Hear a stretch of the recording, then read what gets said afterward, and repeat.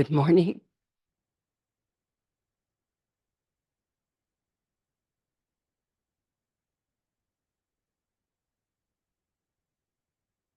This Dharma talk today is offered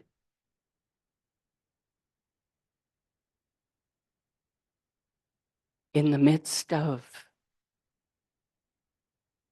great sorrow and great sadness. And some of you know what I'm speaking about, and others of you don't. So I'll just say that a dear, beloved Dharma sister, Sangha member, Caroline Meister, who was in residence at Tassajara,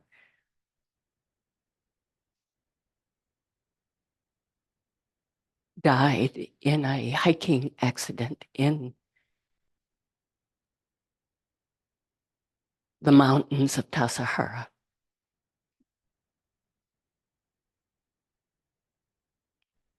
And the heartbreaking reality of that, many, many people are sitting in the middle of those flames of sorrow. So I wanted to dedicate this talk to her memory. This is not a memorial service for Caroline. However, I did want to say a few words out of love and the agony, really, of her death. Caroline's Buddhist name was So She Go Koan. Ancestral kindness, diamond root. And I've been so moved by the far-reaching effect of just one person living a life of kindness and compassion and love. How many people she's touched and are mourning and grieving her loss, her family, her church that she was part of, all the Sangha members, her Dharma brothers and sisters, and even people who just, I heard, they were at Tassajara last summer for a few days or a week or so, and Caroline was their crew leader. The effect that just one person can have on others' lives is so moving to me, so remarkable, so inspiring.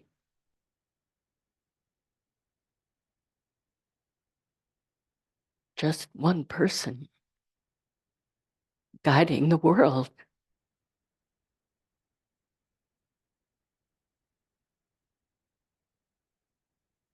So the circumstances were particularly wrenching in that she was missing from Monday on last week until Friday, when she was found in a kind of hard to get to place by a waterfall. And I just wanted to include great gratitude for all the help for those 4 days of searching and rescue. Not only did the Tassajara community go out into the mountains and walk and be up all night, and also people from Gulch and probably the city center, but there were many agencies, search and rescue agencies. Just read a few: Monterey County, Solana County, Santa Clara County, search and rescue, Bay Area Mountain Rescue, Marin County, Contra Costa County, Napa County, all these, over 100 people, including helicopters, infrared technology, canine help, for days without people knowing. And I think the unanswered questions are so painful. We want to know, just like we want to know for all of our loved ones, did they suffer? May they not have suffered. We wish that, we feel that so strongly, and we may never know.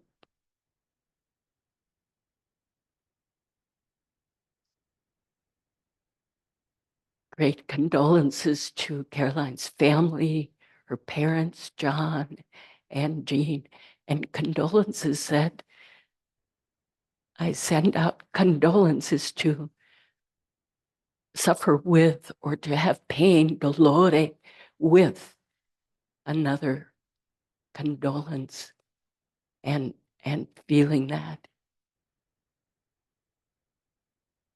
There was a short church service from her Catholic church in Chicago, just 15 minutes.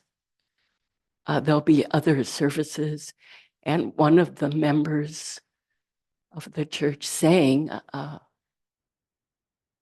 gospel song, "Take My Hand, Precious Lord," which was written by Reverend Thomas Dorsey many years ago. And that song was written after he lost his child and wife to fire. This song came from that. Take my hand, lead me home. Take my hand, precious Lord, lead me home. And I feel like whether we have a relationship with a precious Lord, or we want to be led home to our true home, to be relieved of our suffering. And at the same time, this suffering is our love and connection with beings, and our compassionate connection with all who suffer. We feel that when we suffer. This is our human life. This is our home.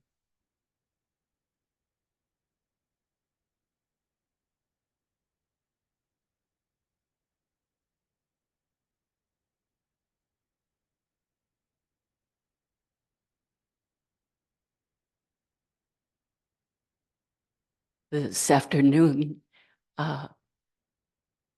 senior Dharma teacher Fu Schrader will be offering precepts to three students, 3 practitioners, and this is a joyous occasion, receiving Buddha's precepts.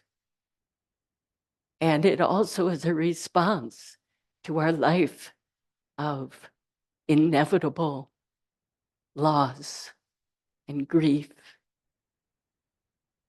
and longing to live in our true home. Receiving Buddha's precepts, taking the vows of a bodhisattva.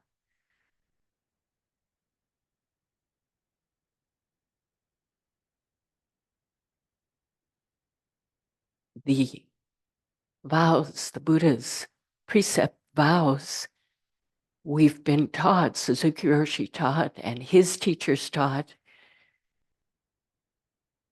that observing Buddha's precepts, following Buddha's precepts, is no different than zazen. And one might think, now wait a minute, following these precepts of disciple of Buddha does not kill, a disciple of Buddha does not take what is not given, misuse sexuality, lie, intoxicate, so on. How is that zazen? It seems like those two we might look at those as two separate things. Maybe we practice zazen in order to, or we practice precepts to support our zazen, but to talk about them as non-dual is actually the teaching that's come down to us.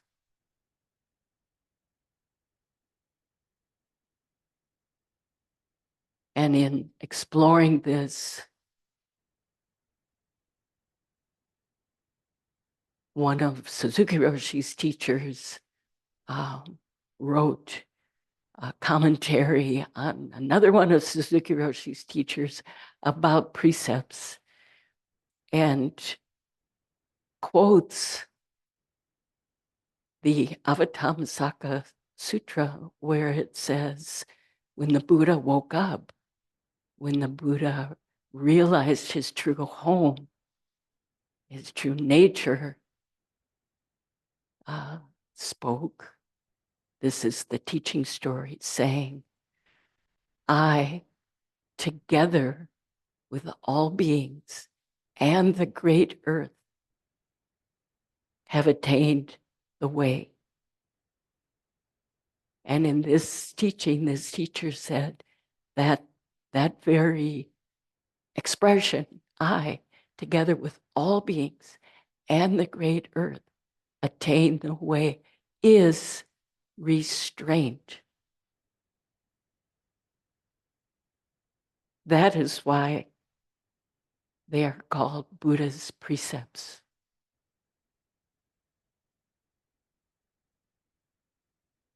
So this teaching that we are at our true home is connected with all beings and the great earth. That is the true reality of our existence. And that truth is the restraint on doing unskillful things, hurting others, not following the precepts. The restraint is that self and other are non-dual. And when we realize this, all the precepts are observed.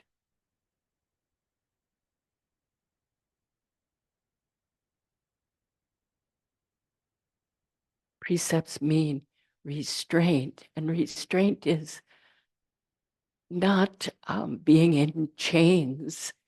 In this, it means we are restrained by the actuality of our existence, which is our nature and others' natures, our bodies and others' bodies are not two.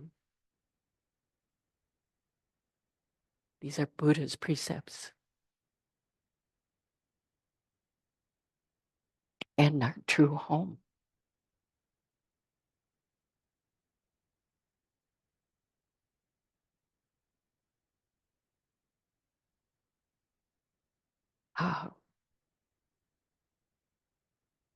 Suzuki Roshi speaks about this in many different places, but I wanted to read this excerpt from a talk given in the 60s, 65, I think. The secret of the entire teaching of Buddhism is how to live in each moment. Moment after moment, we have to obtain absolute freedom.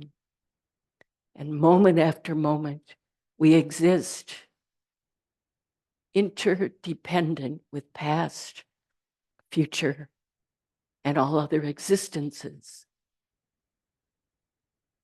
In short, if you practice zazen, concentrating on your breathing moment after moment. That is how to keep the precepts. To have an actual understanding of Buddhist teaching, to help others and yourself, and to attain liberation.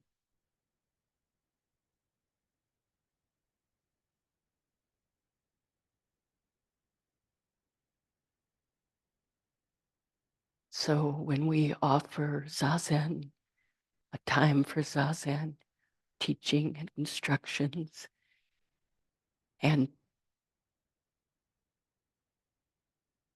practitioners take it up, this is also taking up the precepts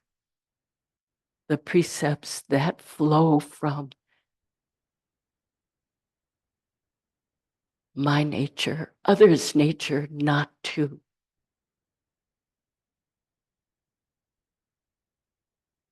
Living each moment, whether the moment is of suffering or of joy or confusion, each moment is the wholeness of your practice.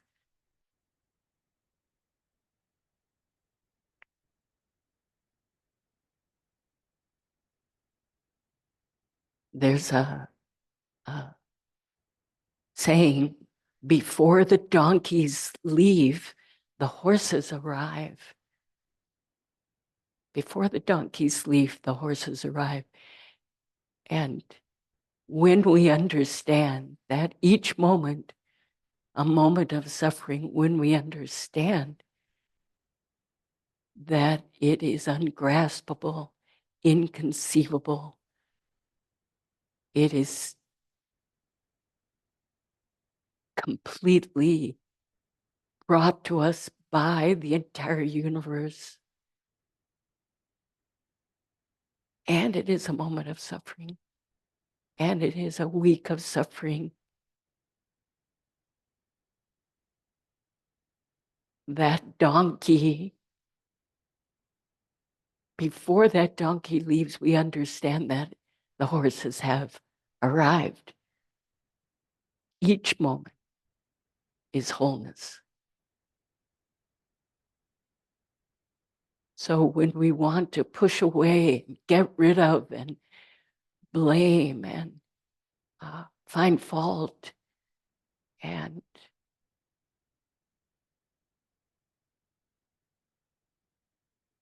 have greed, hate, and delusion, if we study those very moments which arise in our human life, if we study them thoroughly enough, we will see they are also ungraspable, inconceivable.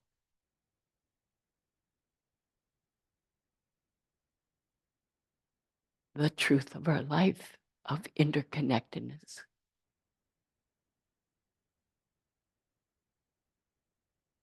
Each conditioned moment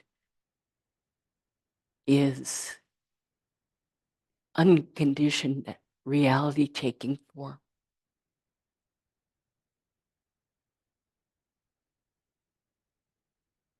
Can we come home to these difficult teachings? Hard to realize. And yet they are being realized right now.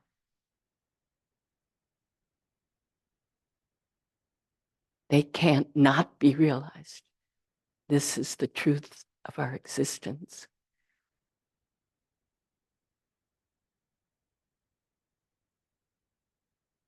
How to live each moment.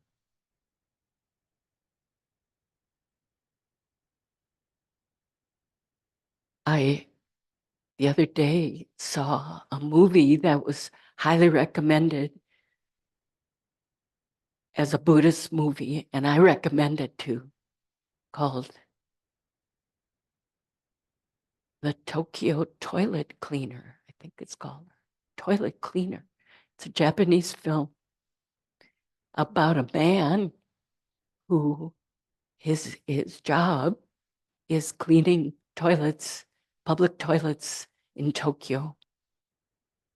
And you enter his life.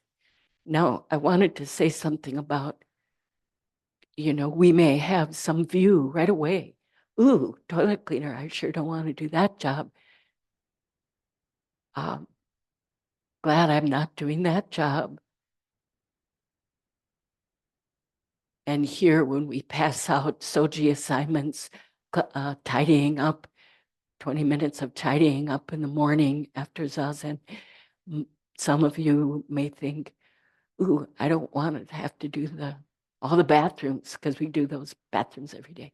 Or maybe not, but it's part of, it could be part of our karmic formations around that job.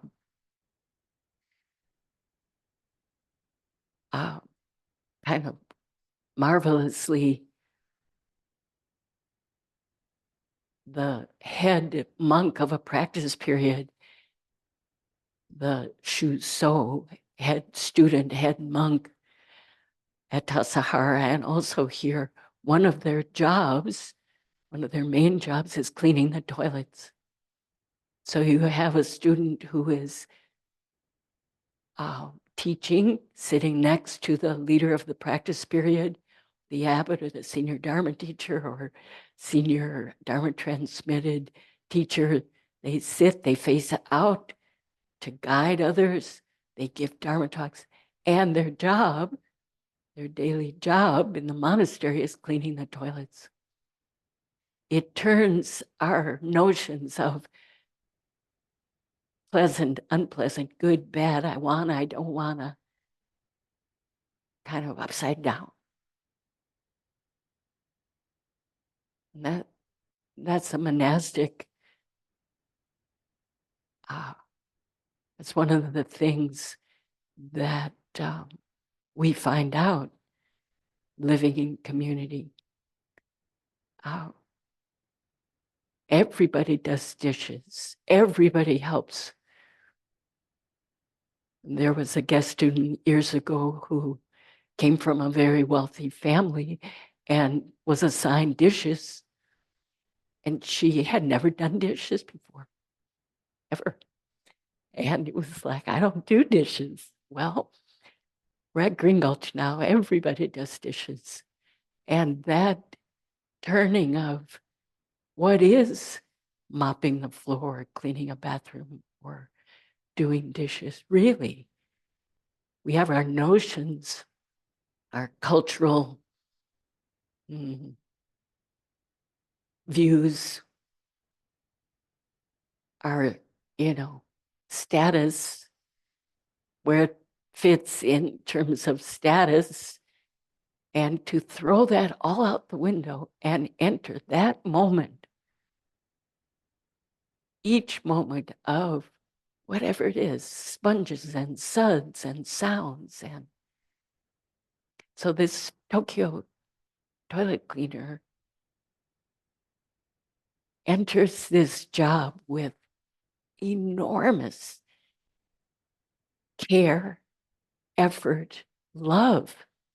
And you see him day after day. The movie it's not much dialogue. You go with him, and he's in these different public toilets. He takes a mirror and puts it under this kind of shelf with a little brush, gets in these places that no one would see, but he would know if he didn't clean it or did a slapdash job. It's the nobility of his work and his care for these spaces and for whoever he meets, and caring for himself after work. He goes to the public baths and enjoys a hot bath. And he listens to the birds, and he lives out the reality of his life on that moment, on those moments, with joy. It is very inspiring, very and one takes joy with him.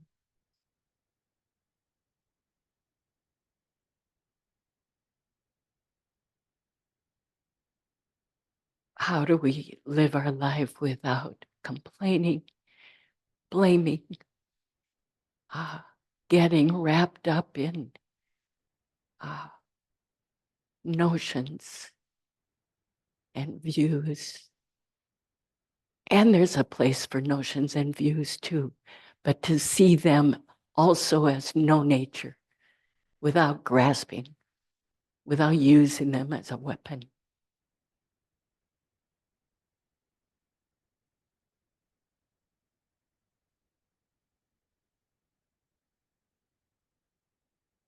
I feel this kind of spirit of life is there for us. It's not a secret that's being kept away from us. Even in moments of great, great grieving and tragedy and heartbreak.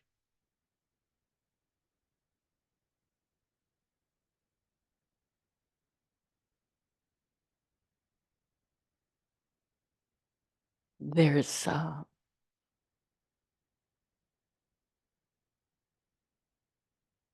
koan that brings up this koan, really, of life and death. There's probably many of them.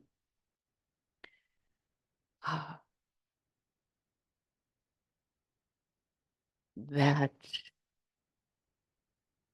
I wanted to tell you, look at with you, a teaching story about life and death, because I feel that many, many, many people come to practice from the pain of loss, various kinds of loss of loved ones, loss of ability, various abilities, loss of livelihood, loss is runs through, runs through all of our lives. And coming to practice and feeling like you've come home. Many people, in fact, just yesterday morning, someone said, I was introduced to the practice by a friend, and I felt like I had come home. This is not unique. This is widespread, I think.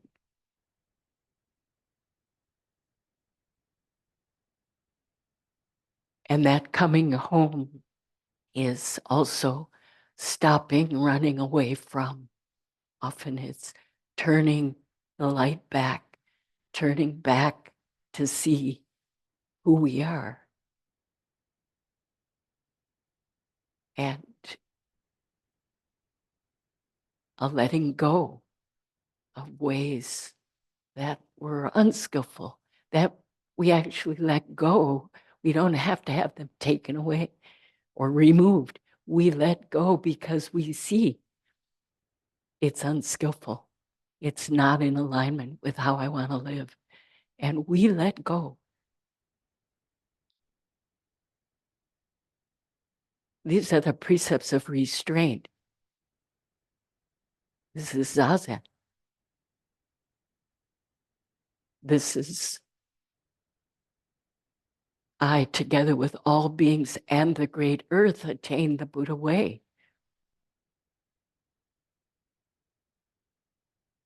So the koan is a story of a teacher and a student, and the teacher is Daowu, and the student is Qian. And Daowu took his student along with him to pay a condolence call. The name of the koan is the Condolence Call, case 55 in the Blue Cliff Record. And I remember visiting Suzuki Roshi's temple, Rinso-in, and Hoitsu Suzuki Roshi asked me to come with him to a parishioner's house, one of the lay practitioners' homes.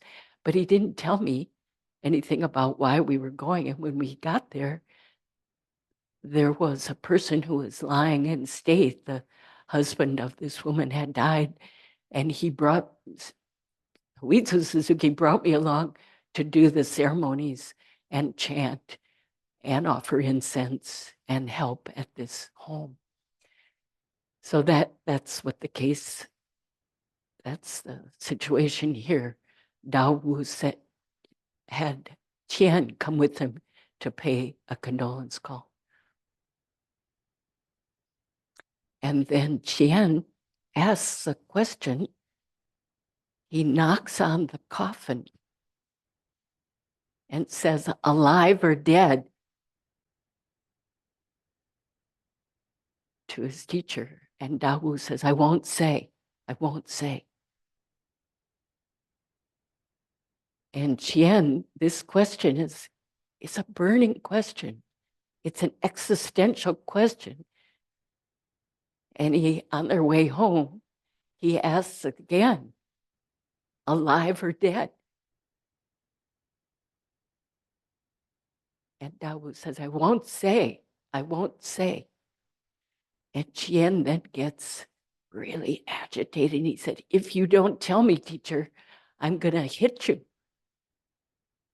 And the teacher said, you can hit me if you want, but I won't say. And Qian hits his teacher. And the teacher said, the Shuso will not be, the head student, if they find out about this, they're not going to be very happy with you. And this would be, this would be a big deal if you kind of beat up your teacher. So Daowu kind of makes it possible for him to not return to the monastery, actually. Now, in the commentary, so the case goes on, and I'll tell you the rest of it, but in the commentary, there's a further part to this.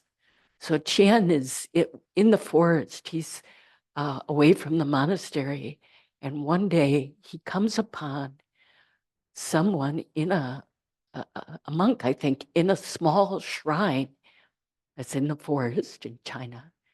And he's chanting from the Lotus Sutra, the chapter on the powers of Avalokiteshvara, the Bodhisattva of infinite compassion. There's a whole chapter, I think it's chapter 27, where the power of calling upon great compassion is revealed. And great compassion comes in any form that you need it. It comes in thousands, millions, immeasurable ways according to your own needs. What do you need to relieve your suffering? That's Avalokiteshvara. That's the Bodhisattva of infinite compassion who's come to you. So he hears this person chanting the verses, and one of them is, to those who would attain liberation through the teaching of a monk, Avalokiteshvara comes in the form of a monk to teach the Dharma to them. And upon hearing this, Qian has a realization of what his teacher was teaching, which was great compassion. His I won't say is not, I'm going to keep a secret and I know and you don't. It's, I can't say. Birth and death are the great matter, and you're saying alive or dead. I can't say what it is.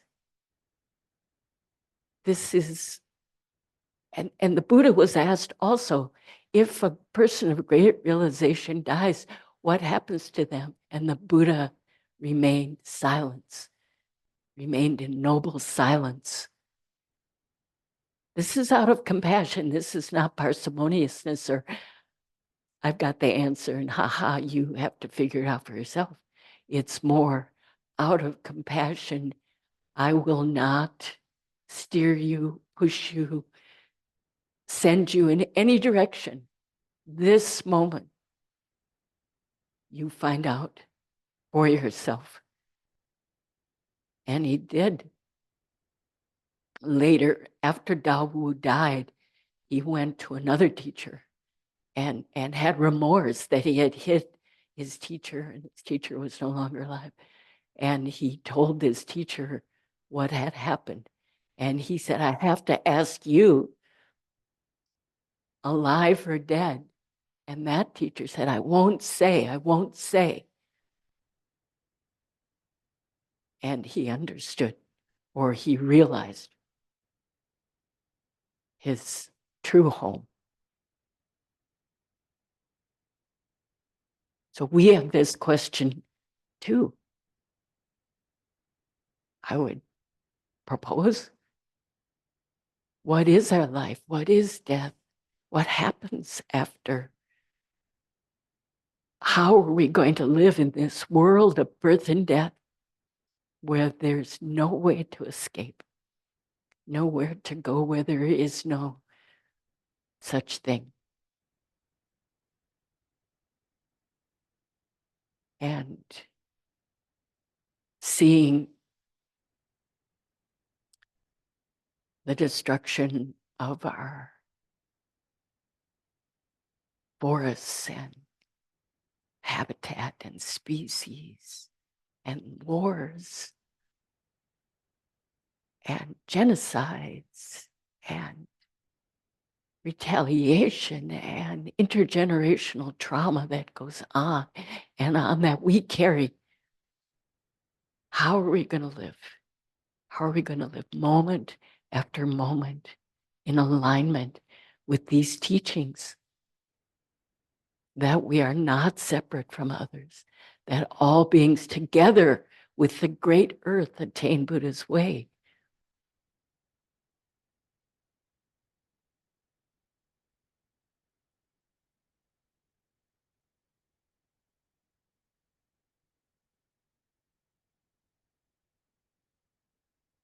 So I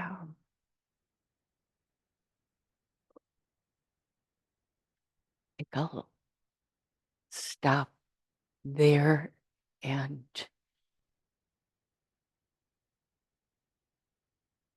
again dedicate this humbly. I dedicate these words to the memory and to the life of Caroline Meister. Ancestral kindness, diamond root. May her memory be a blessing. May her life be a guiding light for all those who lived with her and spoke with her and shared her life, and for those of you who never knew her but do now know of her.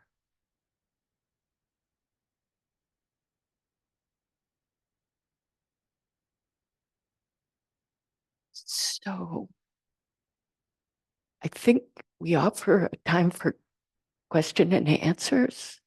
Yes. So if anyone has anything they'd like to ask or comment or add to the room, to the big Zoom room. Yes.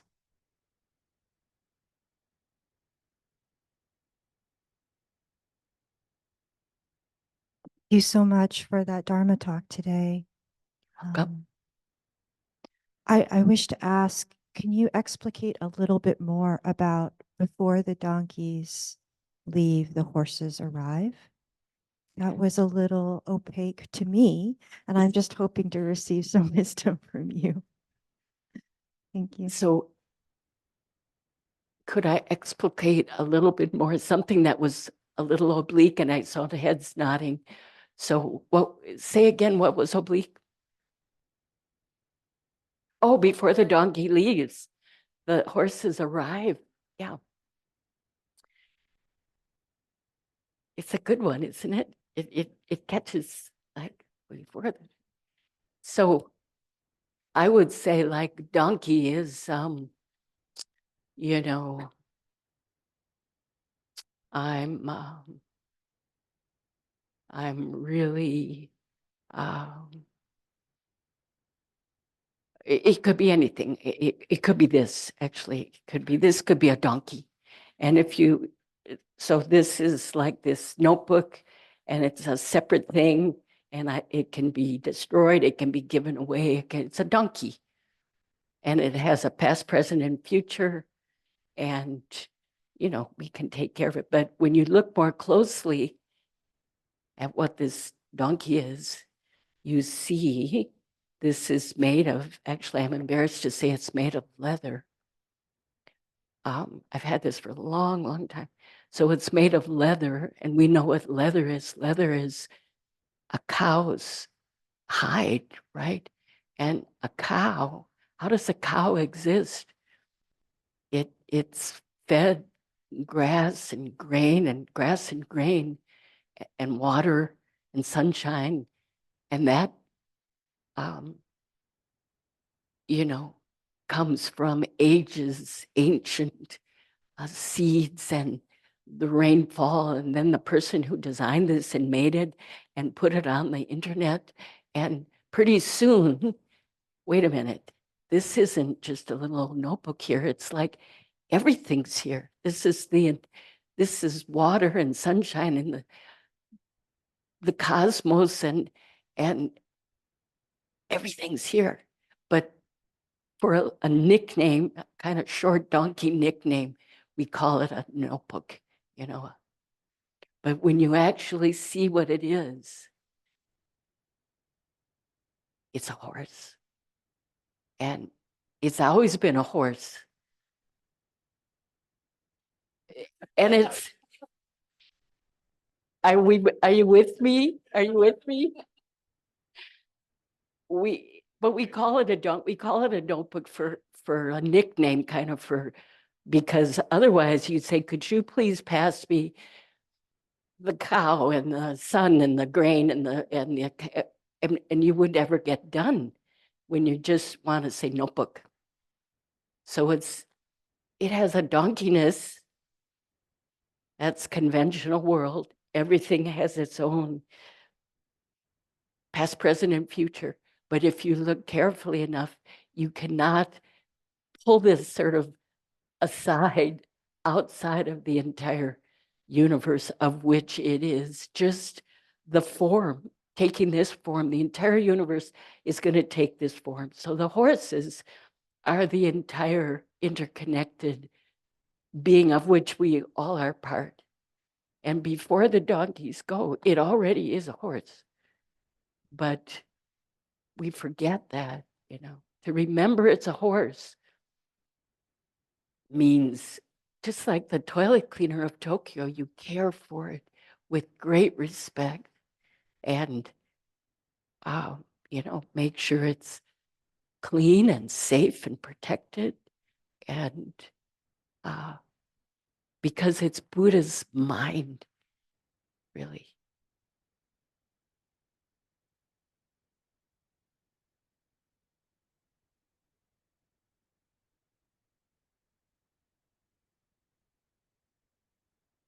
Yes.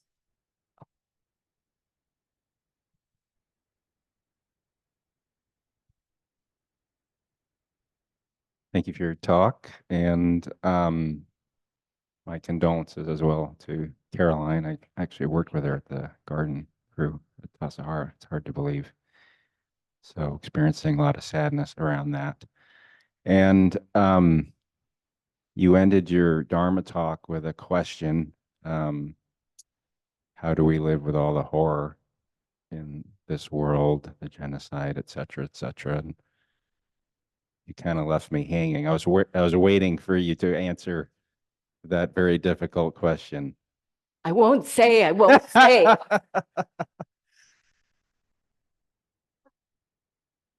Please find out together with all beings. We will find out, can find out.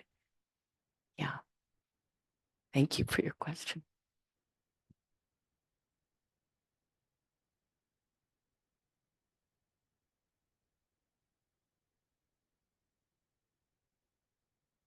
Good morning. Good morning. Can you hear me? No, Can you hear me? Okay. it's a little subdued. Okay. Yeah. Is it a little better? Would you be up for a few words of encouragement around gentleness? Would I be up for a few words of encouragement around? Yeah, could you please encourage me? Gentleness. Judgment, Gentleness. Gentleness. gentleness. No, it sounded like you were saying, am I up for a few? And you were going to give me a few words of gentleness, which I think you could do beautifully, Sam. I'd love to hear them. Yeah. I'm frozen, a little frozen, but I could use your help too. Are you having difficulty with being gentle? Yes, Are you not gentle with others or with yourself? myself. Oh, yeah.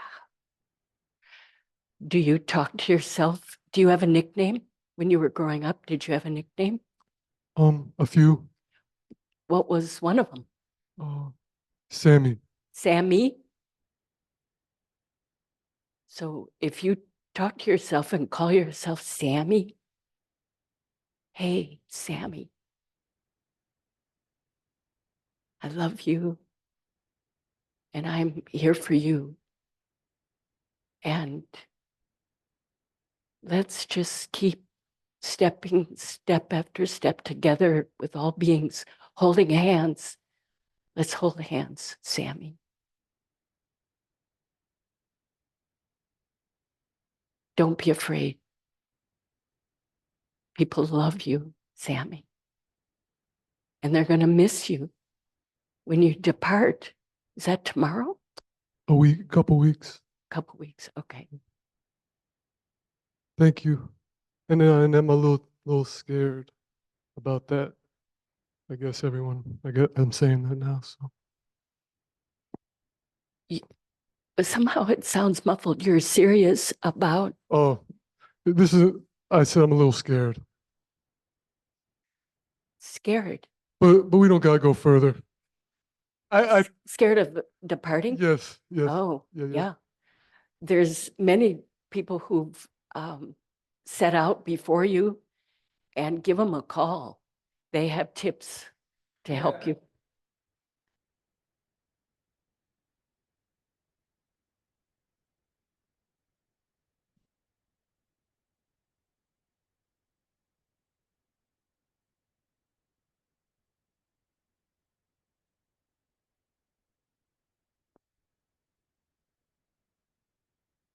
Thank you so much for this talk, Linda, You're welcome.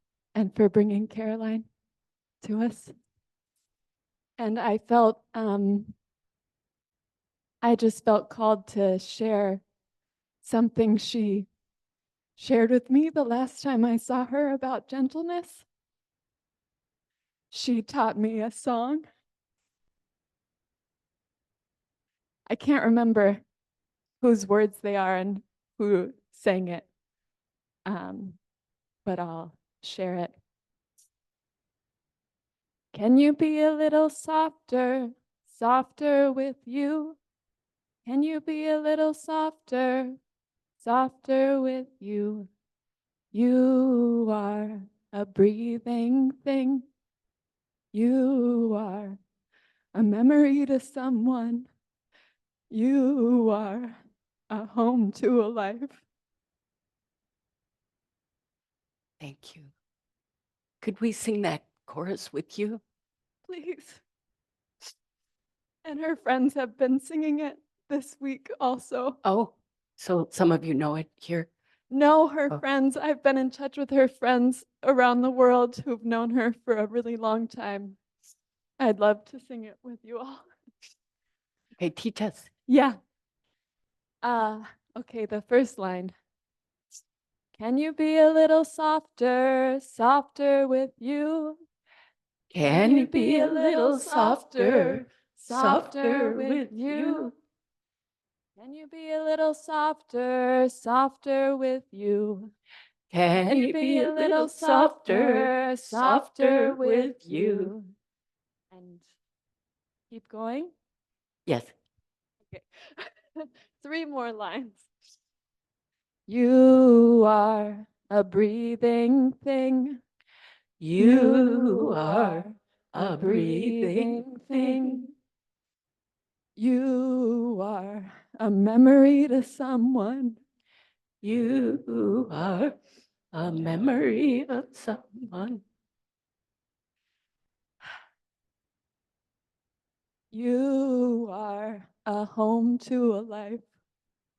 You are a home to a life. Thank you so much. Thank you so much. Thank you. Let's end with that. Yes. Thank you all very much.